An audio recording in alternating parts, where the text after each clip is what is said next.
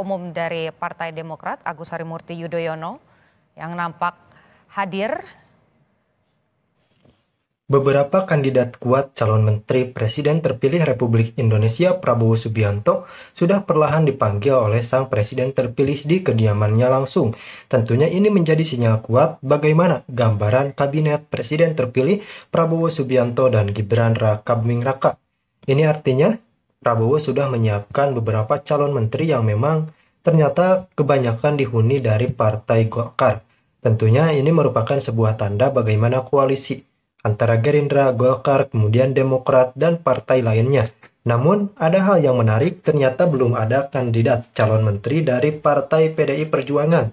Ini entah kenapa, karena memang sudah 2 periode PDI tersebut merupakan partai pemerintahan yang mendominasi pemilu hingga 2 periode. Karena seperti yang kita ketahui bahwa Presiden Joko Widodo yang dari PDI menjabat selama 2 periode. Namun hingga saat ini belum ada keterangan resmi terkait bakal calon menteri dari partai tersebut. Bahkan agenda pertemuan antara Megawati dan Prabowo Subianto pun ternyata belum terlaksana. Sedangkan Puan Maharani mengatakan bahwa pertemuan ini akan terjadi sebelum pelantikan presiden. Kita patut pikirkan atau patut teliti lebih dalam bagaimana sepak terjang dari kemitraan atau koalisi Gerindra dan PDI Perjuangan. Apakah benar PDIP benar-benar tertendang dari koalisi Prabowo atau justru belum dipanggil? Tentunya daripada kita berspekulasi lebih lanjut, mari kita dengarkan langsung keterangan dari Presiden terpilih Republik Indonesia Prabowo Subianto. Saya selalu ingin menjalin dialog. Saya selalu ingin mengajak kerjasama. Bagi saya, ajaran kuno 1000 kawan terlalu sedikit, 1 lawan terlalu banyak, bukan suatu slogan. Itu saya jalankan. Saya tidak melihat ke belakang, saya ingin melihat ke depan.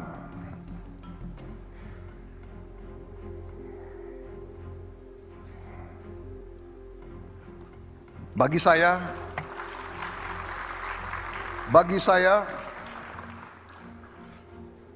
pertandingan adalah pertandingan. Persaingan adalah persaingan. Ibarat kita di Olimpiade bertanding judo, keras, banting, kunci. Begitu selesai, ada yang dinyatakan menang, yang kalah hormat, memberi tangan, bersahabat lagi. Saudara-saudara sekalian, ini jangan hanya di lapangan olahraga, saudara-saudara. Ini harus di lapangan sehari-hari. Ini harus menjadi budaya politik kita. Bersaing, berbeda, bertanding. Begitu selesai, bekerja sama untuk rakyat Indonesia.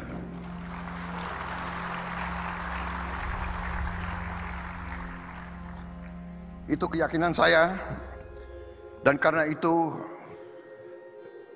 tekad saya akan saya jalankan dengan risiko, karena saya ingin membentuk pemerintahan persatuan nasional yang kuat. Terpaksa koalisinya besar, nanti akan dibilang, kabinet Prabowo, kabinet gemuk, banyak. Ya, negara kita besar, Bung.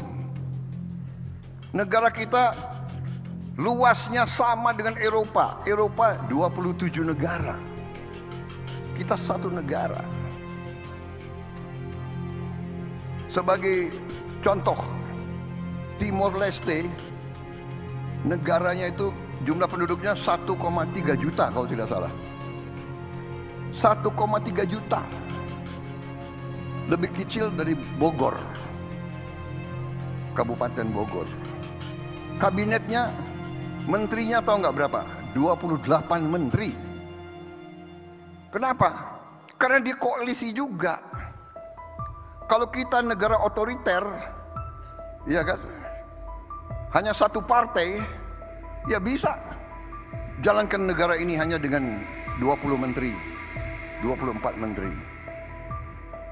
Tapi saya harus merangkul semua kelompok, harus ada perwakilan. Harus ada perwakilan dari Indonesia Timur, Indonesia Barat, Indonesia Tengah, dari suku A, suku B. Harus ini Indonesia.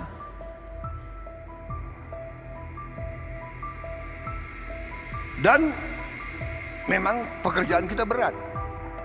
Kita bersyukur kita diberi kekayaan alam yang luar biasa.